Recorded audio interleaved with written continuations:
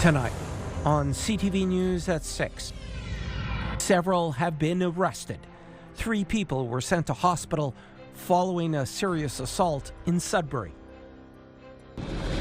Overseas market. Algoma Steel signs a deal with a big shipbuilder in South Korea.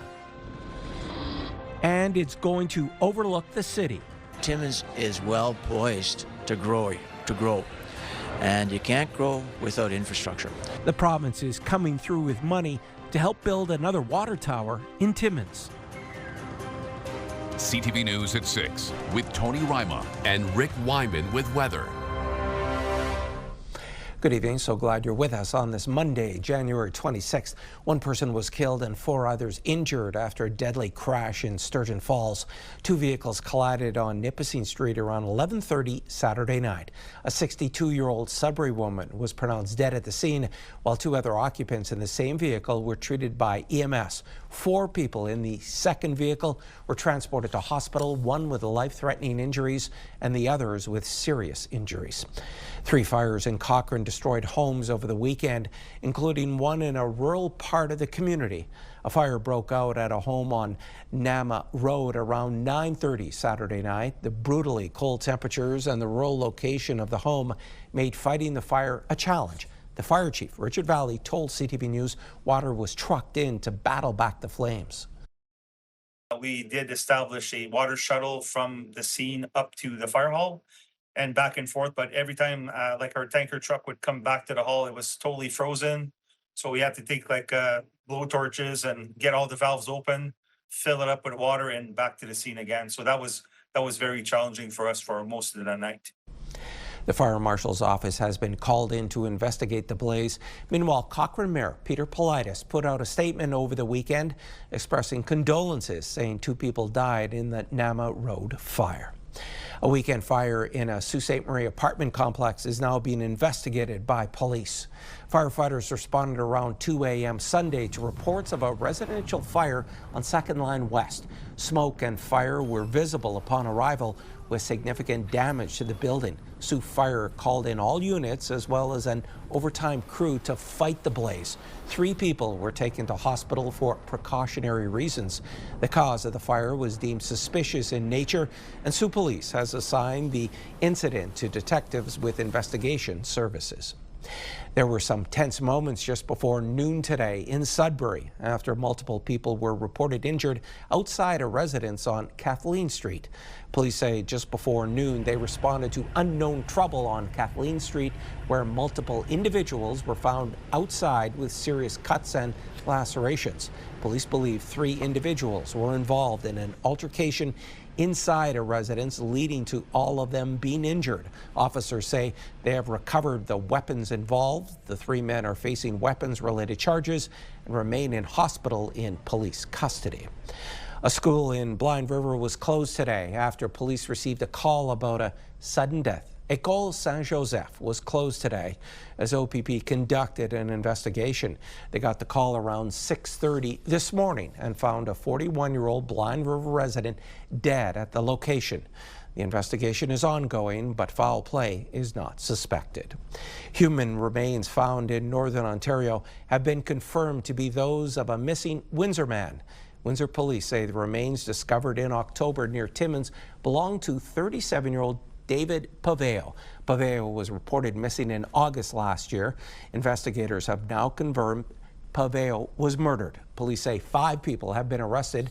A 54-year-old and a 27-year-old are charged with first-degree murder and indecent interference with a dead body. The 3 others arrested face several charges. Police say they are still investigating and have not confirmed the circumstances surrounding Paveo's death. The city of Timmins is getting a second water tower. Today, the province announced funding for the project, which will take around 18 months to complete. As CTV's Lydia Chubak tells us, the hope is that this new tower will encourage development in the East End. Timmins MPP George Peary says the province is giving close to $24 million to build a new water tower in South Porcupine. There's been a chronic problem in the east end of South Porcupine with water pressure, and this solves that problem. The funding comes from the province's municipal housing infrastructure program. Timmins is well poised to grow, and you can't grow without infrastructure.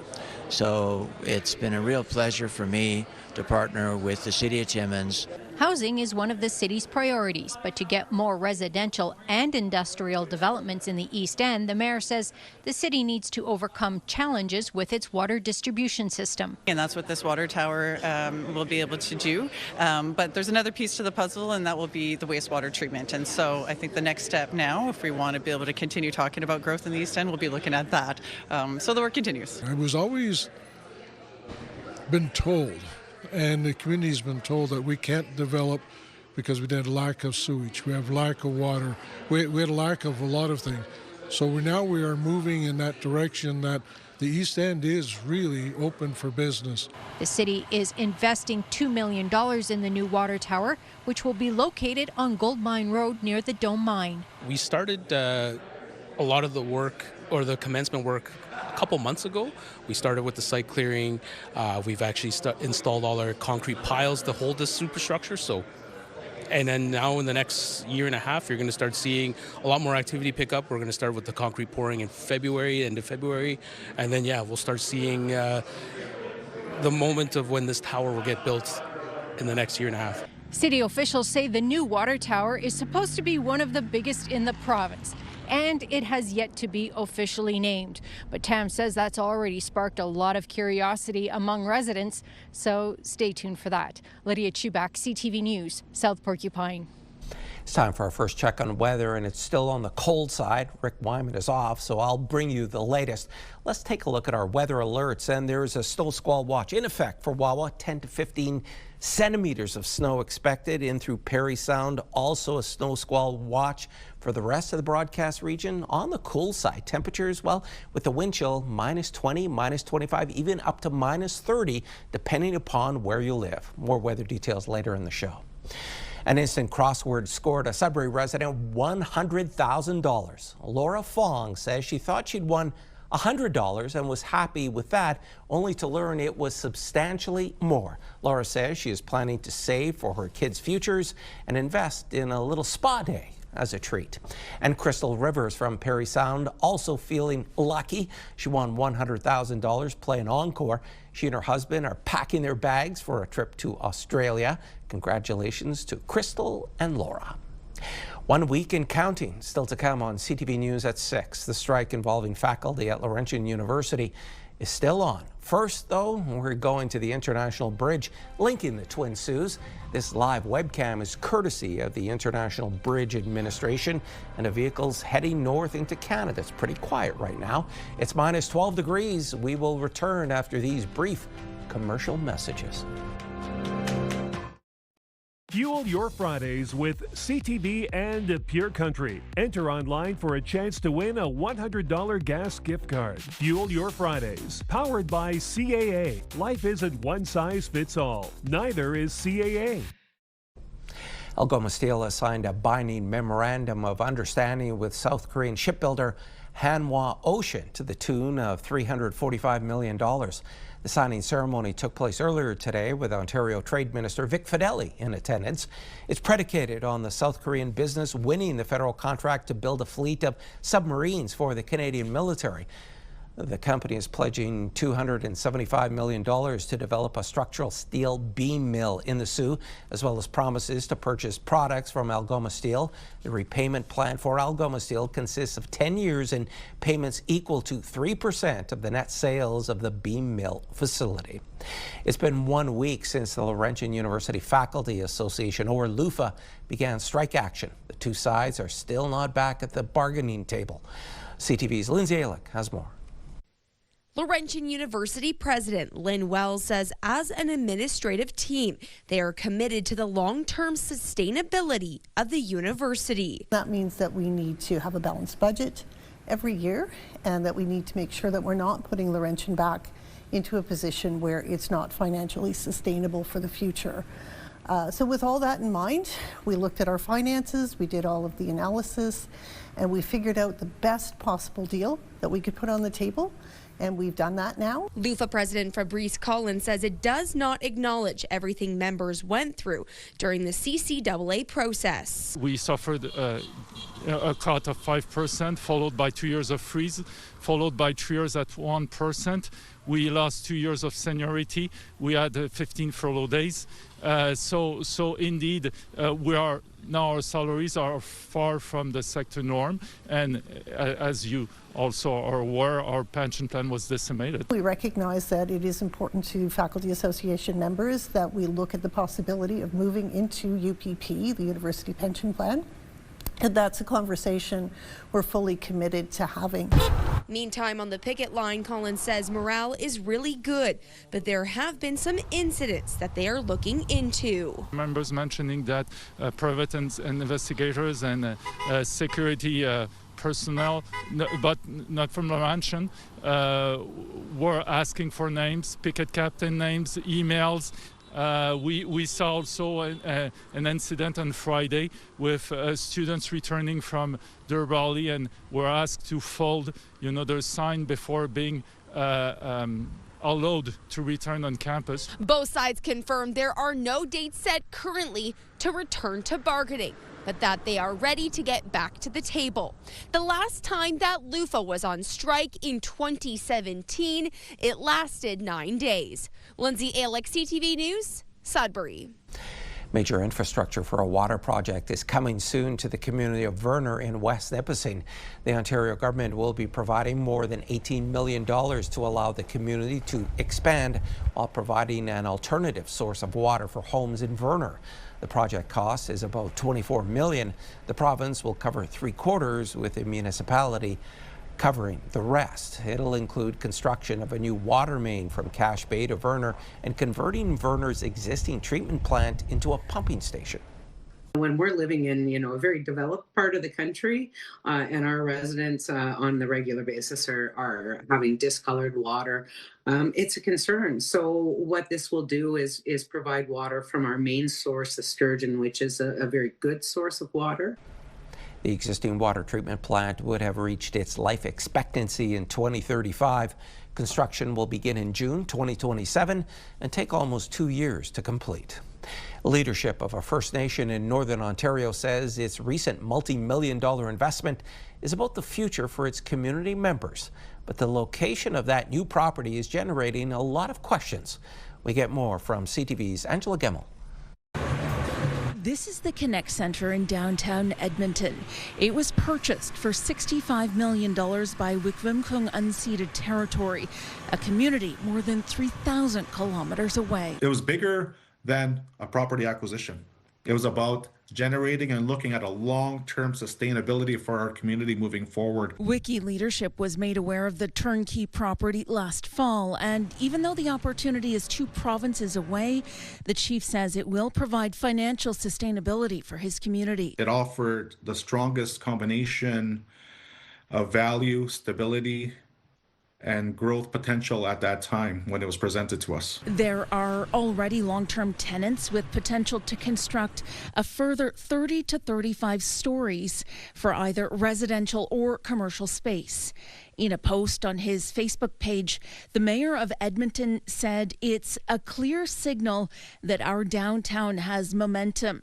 It echoes that the potential we see in Edmonton extends beyond city limits. Investors are also listening and recognizing the opportunities our city has to offer. This would allow us to put those funds that are going to be generated towards either healthcare systems that some of our band members may be having issues with, some housing developments, not only on but off reserve. Prior to the deal, the chief did reach out to local leadership in the Edmonton area. We didn't go on someone else's land to look at acquiring land. This was about relationship building, and I ensured that I communicated that and spoke with those other leaders out there prior to even moving forward with this. Despite fielding questions from the Wikwemkong community and beyond, the chief confirms there is no buyer's remorse, calling this an out-of-the-box opportunity to generate revenue for his community.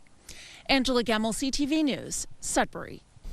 A motion going before North Bay City Council tomorrow is calling for a review of the city's short-term rental bylaw. The motion put forward by Councillor Sarah Inch says only 8 short-term rental properties have registered with the city, despite evidence there are active but unregistered properties. Inch is requesting city staff report back with options on improving bylaw compliance. She's also requesting the registration fee for short-term rentals be temporarily suspended to not disadvantage residents who are attempting to follow the bylaw. It's their first face-to-face meeting since the Prime Minister's deal with China. Next on CTV News at 6, the Prime Minister and Premier Doug Ford are at odds, but still visit a Toronto area business. We'll be right back. With Parliament resuming today following its winter break, Prime Minister Mark Carney is providing Canadians with a boost to the GST credit as part of the government's new affordability measures.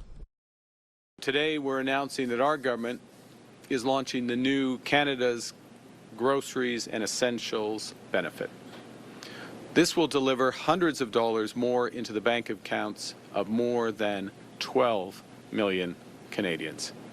Starting this year, we're taking the existing GST credit amount and raising it by 25% for 5 years. And in addition, we're providing a one-time payment equivalent to 50% of the GST credit this year. Carney says under the existing GST credit, a family of 4 receives about $1,100, but with today's announcement, that same family will now receive up to $1,890 this year and about $1,400 a year for the next 4 years. He also announced a major funding boost for food banks across the country. To ease immediate pressures for food banks, we're providing $20 million in a top-up to the local food infrastructure fund. This will help boost community food programs and deliver more nutritious food for families in need. Carney also announced $500 million from the government's Strategic Response Fund for food suppliers to expand capacity and increase productivity. Ottawa will also be putting $150 million towards a new food security fund to lower food production costs. Mark Carney also met with Ontario Premier Doug Ford today. The Premier has been vocal about his concerns on Carney's deal with China. CTV's Abigail Beeman has that story. We're going to put on his tab. Pizza topped with pleasantries. Very productive meeting. It's all about Team Canada. But the Premier has been highly critical of the Prime Minister's trip to China and what Doug Ford called a terrible deal to allow 49,000 Chinese EVs into Canada in exchange for lower canola tariffs. Did you guys make up? Well, I never had a problem. And yeah, is there differences? Sure there is. But I can tell you one thing, we agree on 99% of the stuff. Ford said autos were about one of 5 topics discussed. While the Prime Minister hasn't shared much about talks with the U.S. President, as CUSMA, the North American Free Trade Deal, is up for review this year. Over the weekend, Donald Trump took several swipes at Canada on Truth Social, relaunching his old insult for Justin Trudeau, calling Carney governor, a 51st state reference. In this role, you get called a lot of things, a lot of time, and I'm not going to comment on every tweet or truth or comment from whoever, so I can handle it. Before question period, the minister responsible for Canada-U.S. trade did offer a rare glimpse into the talks. We have a narrow trade arrangement. Saying he reinforced to U.S. Trade Representative Jameson Greer, Canada is not pursuing a free trade deal with China, which the president is wildly warning against. I was reassured that Ambassador Greer understood very clearly what the agreement is and what it's not. What was reassuring is his clear desire to work with us and Mexico in terms of a review of CUSMA. Dominic LeBlanc spoke about speaking again with Greer later this week and meeting in the next few weeks. Abigail Beeman, CTV News, Ottawa. U.S. President Trump says he's sending border czar Tom Homan to Minnesota. The move comes as a federal judge hears arguments on whether to temporarily stop the immigration crackdown in the state. The state of Minnesota sued the U.S. Department of Homeland Security, seeking an injunction just 5 days after U.S. citizen Renee Good was shot by an immigration and customs officer. White House Press Secretary Caroline Leavitt says Trump has outlined the measures he wants to see implemented so that Customs and Border Patrol will not be needed in Minnesota.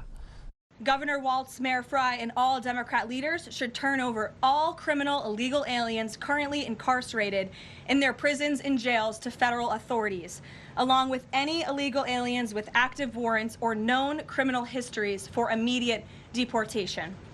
Number 2, state and local law enforcement must agree to turn over all illegal aliens who are arrested by local police. And then thirdly, local police must assist federal law enforcement in apprehending and detaining illegal aliens who are wanted for crimes, especially violent crimes. This comes as Minneapolis deals with anger and grief over another fatal after an ICU nurse was killed by Border Patrol agents over the weekend. Trump says his administration is, quote, reviewing everything. Coast to coast temperatures dropped and snow flew this past weekend. In Toronto, residents saw half a meter of snow, while Quebec and the Maritimes hold their breath, expecting the same. CTV's John Venavalley Rao has more on the weather system moving across the country.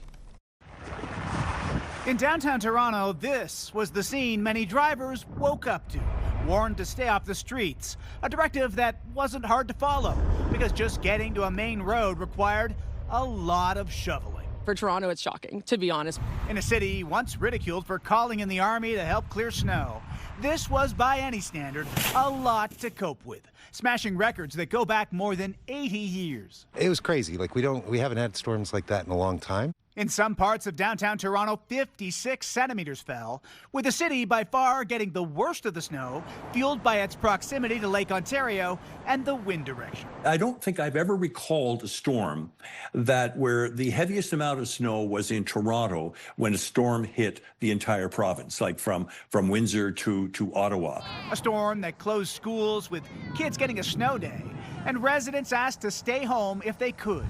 In Kitchener, so much snow was piled up on the side of an overpass, it acted like a ramp, which a pair of cars hit and launched over, one of them flipping and landing on the ground below, killing the driver. At Pearson Airport, where they also got walloped by record snow, airlines were in recovery mode after hundreds of flights were canceled on Sunday, and there were plenty more delays today. I understand it's the weather, and safety comes first. A storm that moved into Quebec and onto the Maritimes, where as much as 40 centimeters of snow is expected to fall in Nova Scotia by Tuesday. And in many parts of the Maritimes, schools were also closed. At Halifax's airport, dozens of flights were canceled. As for Toronto, this is now the snowiest January on record, triple the average amount, and there's still 5 days left in the month. John Venavalley Rao, CTV News, Toronto.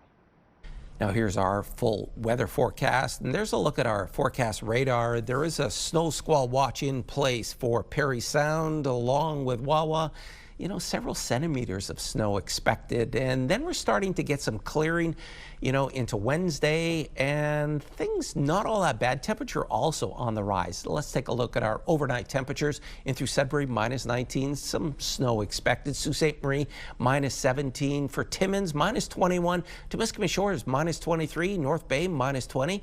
As we head on over to Moosonee, -27. A little chilly. Cap, -22. Wawa, -19. Not too bad for Gore Bay, -15. -16 for Parry Sound. Now here's your 7-day weather forecast. Sudbury tomorrow, well, some flurries and then mainly sunny. Take a look at that, except for Sunday. The temperature improves, but there's also some snow on the way.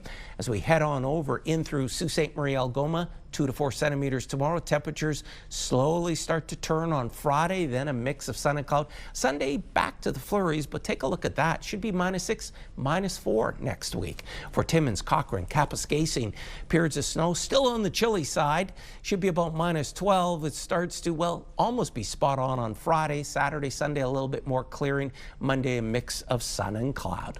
As we move on to Timiskaming Shores and Kirkland Lake, light snow tomorrow. Again, below seasonal temperatures, still in the big chill, and then we start to see The temperatures improve come Sunday and especially Monday. And finally, your 7-day weather forecast for North Bay, West Nipissing, 2 to 4 centimeters of snow tomorrow. Almost spot on temperature-wise. It dips on Thursday. Then we start to get some nice clearing Saturday, Sunday, well, -6, some light snow flurry activity. And Monday, pretty nice. More news still to come. You're watching CTV News at 6. If you invest, it's important to do your due diligence or speak with a financial advisor to make sure your finances are in good hands. Criminals are now creating fake websites and forums and using the logos of reputable companies for something called pump and dump fraud. CTV's Pat Foran has details. So when you moved your money into Wealthsimple, how quickly did this ad pop up on Instagram? Almost immediately after. Israel Clyde of Richmond Hill had his investments with a major Canadian bank, but recently, due to a promotion, he decided to move his funds to Wealthsimple. The transfer went smoothly. After he made the switch, he was on Instagram when he saw a Wealthsimple offer to take part in an online trading platform on how to make money in the stock market. Those ads had the Wealthsimple name and the logo. It looked legitimate from Wealthsimple. Clyde says the trading group suggested he buy a stock. He did, and within days, he doubled his money. I sold the stock, but actually made $14,000 on this transaction. So I was like, oh, wow. Clyde felt the advice must be trustworthy, so he made a much larger investment. But this time, things went bad fast. As soon as I bought it in that day, 5 minutes later, the stock tanked. It went from $1.68 US to 10 cents at the time. And I just panicked. He was caught in a pump and dump scam and lost $260,000. When he tried to contact the forum again, it was shut down. Tried to get into the group chat. Everything was gone. Like their phone numbers looked like they just were erased. Wealthsimple told CTV News. Wealthsimple reported more than 10,000 fraudulent ads to Meta, and we're only one of many financial institutions fighting this issue. Wealthsimple will never recommend specific stocks or securities to buy. To avoid pump and dump scams, don't listen to social media investment tips or hype through online forums. Be concerned if there is limited company information, promises of guaranteed returns, or unusual trading spikes or dips. Losing $260,000 means he now has to rethink his retirement plans. For 2 weeks, I wasn't able to sleep. It was very upsetting, very upsetting. Pat Foran, CTV News. Ontario is facing a shortage of road salt, and this weekend's weather didn't help. Just north of London, Ontario, a possible solution. One of the largest salt mines in the world near Goderich says it's been operating below capacity in recent years because of market demand. However, as CTV's Scott Miller reports, the market has now changed dramatically. Over 100 trucks are lined up outside the Goderich salt mine today, stretching all the way up North Harbour Road onto Highway 21. It's been like this for weeks, say locals, as the province grapples with a salt shortage. The mine, the largest salt mine in the world, is shipping de-icing salt as quickly as they can mine it these days, they say, thanks to one of the most severe winters in a long time. With the significant impact of winter weather compared to recent seasons, the entire road salt supply chain continues to experience high demand for de-icing salt. At Compass Minerals, we are actively working to fulfill all current orders, prioritizing shipments for our municipal clients, says Compass Minerals in a written statement. Goderich's salt mine produces about 7.25 million tons of salt each year, but has the capacity to mine 9 million tons. In 2024, Compass curtailed production of salt to align inventory with business conditions, which means instead of having huge stockpiles of salt sitting in inventory, they decided to produce salt more on an as-needed basis. Well, it's needed now, as de-icing salt has quickly become the most valuable commodity this winter. We got 33 skids in yesterday, and I'm down to 12 already today. From in November, prices being $132 a ton, we're up to $290. So the overall price is about a 220% from where it was originally. The trucks, train, and boats loading salt in Goderich today are dealing mostly with municipalities who are also talking about curtailing or at least closely monitoring their salt supplies as they try to keep roads passable during one of the toughest winters in years. Without sharing specifics, Compass says they're ramping up production as best they can to meet the constant and growing demand for their granules of snow melting magic. We are focused on moving product as efficiently as possible while also maximizing daily output from our Goderich mine to ensure optimal full-season inventory availability across our network. We remain committed to serving all our valued customers in Ontario and all the markets that we serve. The lineups aren't likely to end anytime soon here at the world's largest salt mine in Goderich. There is more snow and more cold weather on the way, which means salt will be at a premium probably all winter long. In Goderich, Scott Miller, CTV News. The risk of hurting your back or straining muscles while shoveling is as real as the heavy snow that needs clearing. CTV's Pauline Chan now with some tips on how to shovel safely. For some people, the shoveling started last night. It's decent because we did a bunch of phases yesterday. Okay. So I think if we didn't get ahead of it, it would be really hard. When you're shoveling snow, it's a real strenuous physical activity, and it can have a lot of, extra workload on the heart. Dr. Alan Grill says it's a full body workout that can stress the heart. You're using your arms, your legs, your back. Secondly, when it's cold outside, your blood vessels tend to constrict. If people have heart disease, they can narrow because of cholesterol, etc. So if they narrow even more when it gets cold outside, that also increases the stress on the heart. Cold weather increases blood pressure, making the heart work even harder to keep the body going. Take frequent breaks and don't overload your shovel. Use your legs to bear the weight and try not to twist your spine. Physiotherapist Kate Moffat says she anticipates people will start coming in with aches and strains in the next day or so. The most common is low back injuries, followed by shoulder or kind of bicep and arm injuries. And when you come in from the cold? Our instinct is to rest and be still. And the best treatment for low back pain is to keep yourself gently moving. Simple pelvic tilt, some seated marching, just anything that keeps those muscles moving a little bit is going to help them settling down. Taking a walk just around your home. She says winter isn't done with us yet, so learn to protect your body. Pauline Chan, CTV News. Nickel Belt MPP Frangelina says a whistleblower is how she learned of Sudbury Lifelab's closing its processing laboratory, a move she says that puts jobs and healthcare access at risk. CTV's Madison Merrier reports. 40 staff members at Lifelabs in Sudbury received notice that they will be losing their positions this spring as testing will now be done in Southern Ontario. Stop this. At the core of it, Lifelabs, Diagnostic Quest, the American company, has a contract. They sign a contract with the provincial government in order to be paid. It is our taxes. It is the provincial government who pays the bill. Jeff Morton is a retired manager from Lifelab Sudbury who said the closure is disappointing but not surprising. We're missing that lab reform, when we're missing the government looking at those opportunities, and we're just accepting that we're now going to be held hostage by a for-profit system and an external system within the hospital that's not equipped to deal with this. A point of concern for Northerners is the distance samples have to go to for testing now. And Morton said the closure may have a ripple effect down the line.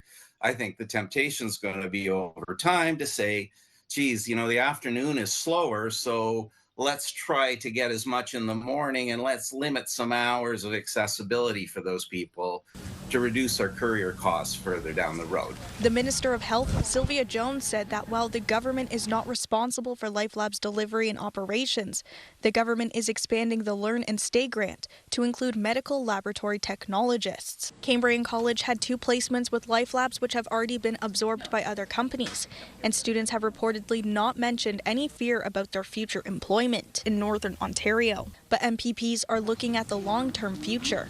40 workers are worried about where they can continue to have an income. And then you have a government who brags about, you can become a medical laboratory technologist in Northern Ontario and never be able to find a job. That's the part that they forget to say. The MPPs in the area remain concerned about the closure and the long-term impacts it will have to accessing healthcare in the north. A petition was started opposing the closure and it has just under 900 digital signatures. Madison Marier, CTV News, Sudbury. Project Lifesaver, a program that uses radio frequency technology to find people who are prone to wandering, is expanding in the Parry Sound and Almaguin Highlands region. On Friday, members of Pimajatoon Search and Rescue Team completed their instructor-level training with the president of Bay Search and Rescue. Although Project Lifesaver was provided by local paramedics, running the program was outside of their core community paramedic services. If a search was required, the paramedics were not equipped or trained to help the OPP. So Stan French recommended the transfer of Project Lifesaver's administrative functions to the volunteer group that is also trained in search and rescue. And after completing the training, Pimajatoon is now ready to assist OPP. They're very happy that our model is now being used in that district. So the volunteer group is going to be managing this in collaboration with the West Parry Sound OPP and the Almaguin OPP. Baysar has 48 children in the Project Lifesaver program. Thanks to One Kids Place, the agency also serves families in the West Parry Sound and Almaguin Highlands region. He's made history in the OHL. Still ahead on CTV News at 6. Carter George of the Sault Greyhounds has scored not one, but 2 goalie goals. Clothing consideration provided by Fashion Fair. Beautiful clothing for today's woman, where quality makes the difference. Sault Ste. Marie's newest netminder is now the highest scoring goalie in OHL history. Carter George set the hockey world abuzz with his second ever goal. CTV's Ian Campbell reports. When it comes to a hockey career moment for a goalie, it doesn't get much sweeter than this. That was Greyhound Carter George finding the back of the net to help propel his team to a win.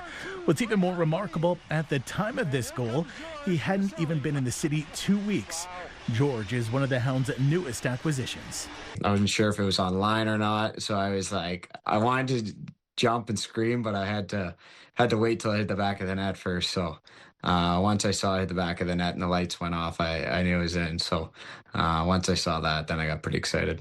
If you think he sounds low-key about this, well, he's had time for this to settle in. Plus, it's not his first goalie goal. He scored one playing in Peterborough for Owen Sound. This makes him the highest scoring goalie ever for the OHL. George is no stranger to attention. He captured the hearts of many, donning the Team Canada colors at the World Juniors and under 18. Even still, he says this is pretty cool. It's been pretty cool. My phone's been blowing up since it's happened, and all the fans have been going nuts for me. So it's pretty cool to see, and this community here has really welcomed me pretty nicely this past few weeks. It was awesome. Super pumped. Crowd was loving it. It was definitely, again, another amazing memory I get to cherish here in the Sault. For Mark Vizentine, the Greyhounds goalie coach, it's almost a sense of deja vu. George's goal comes almost 1 year to the day the Greyhounds had their last goalie goal with Nolan Lalonde. Something, like I said, there's something in the water up here. It's super special, and I'm just personally super grateful to be a part of it. George says he's just grateful for all the support from the fans and his team.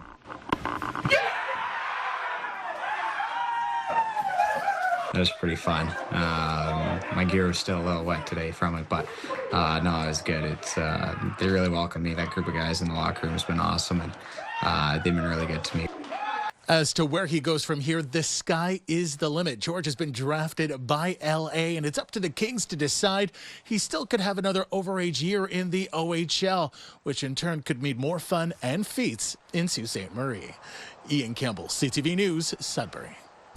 Now let's take a look at our weekend wrap-up in the OHL. The Brantford Bulldogs were in Sudbury Friday night after a hard loss Thursday to the North Bay Battalion. They pushed the Wolves to overtime and squeak out the win 5-4. Sault Greyhounds netminder Carter George would continue making headlines Saturday, picking up a shutout against the North Bay Battalion. Final score there was 3-0. Sunday was a rematch in the Sault, with the Greyhounds playing back-to-back games against the Troops. While North Bay would get on the board, they would only be allowed one. Greyhounds win 6-1.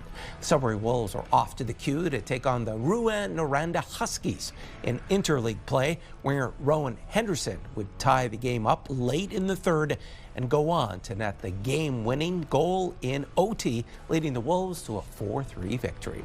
And a look at the standings in the NOJHL. After a weekend of play, the Timmins Rock clinched a playoff spot, including an overtime win against the Sault Thunderbirds. In the other half of the standings, the Blind River Beavers only able to win one of their 2 games this weekend as they try to pull away from the rest of the pack and secure themselves a playoff spot. Miners for Cancer celebrated 30 years this past weekend. CTV's Madison Merrier has the highlights.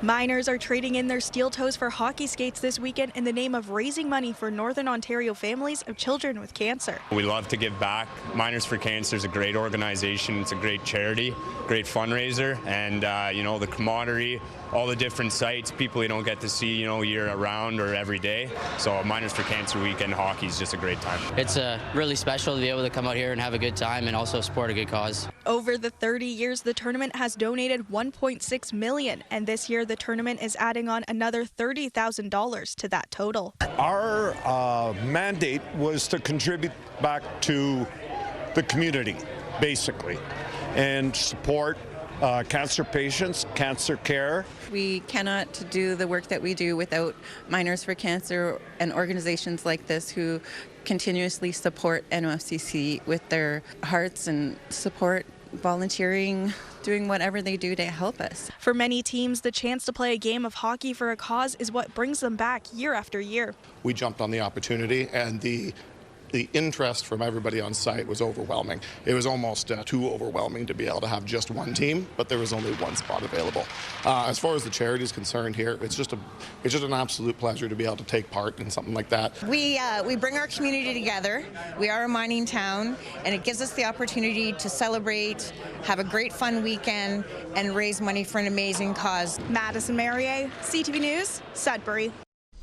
This winter has been an extraordinary one. Most of us are seeing lots of snow and extreme cold. No one maybe more than the community of Wawa. Wawa Snow Riders, which maintains trails from the community to Dubreuilville and beyond, posted this video of trails being blocked by downed trees which fell from heavy snow. Officials say they still have a lot of work to do and are working to come up with a plan. A lot of the brush right now is on D South Trail towards Searchmont and Chapleau.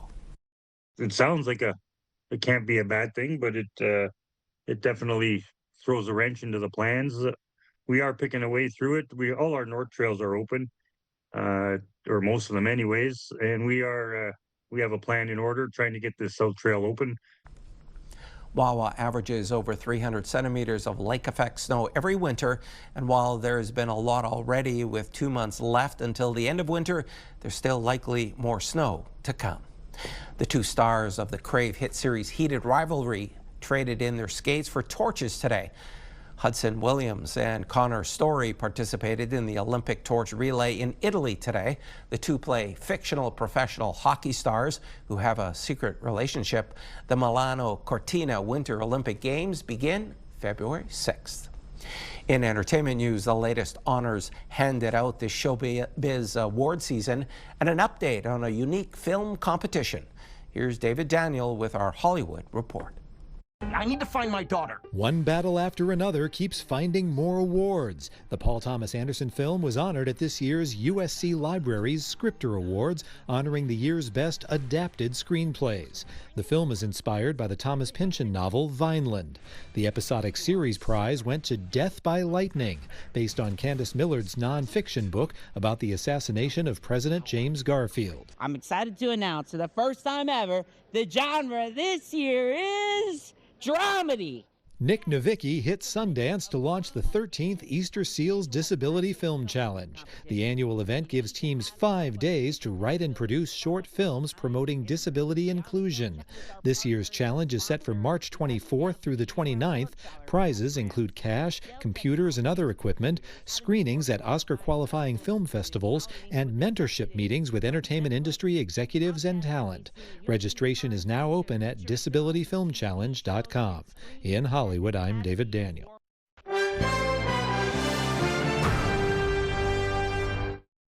BMO is replacing the Air Miles rewards program. BNN Bloomberg's Morella Fernandez with what comes next.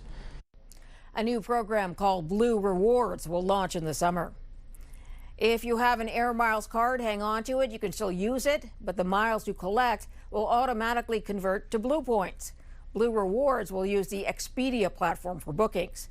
Today, Shell Canada announced it's ending its partnership with Air Miles and moving to Scene, which is owned by Scotiabank.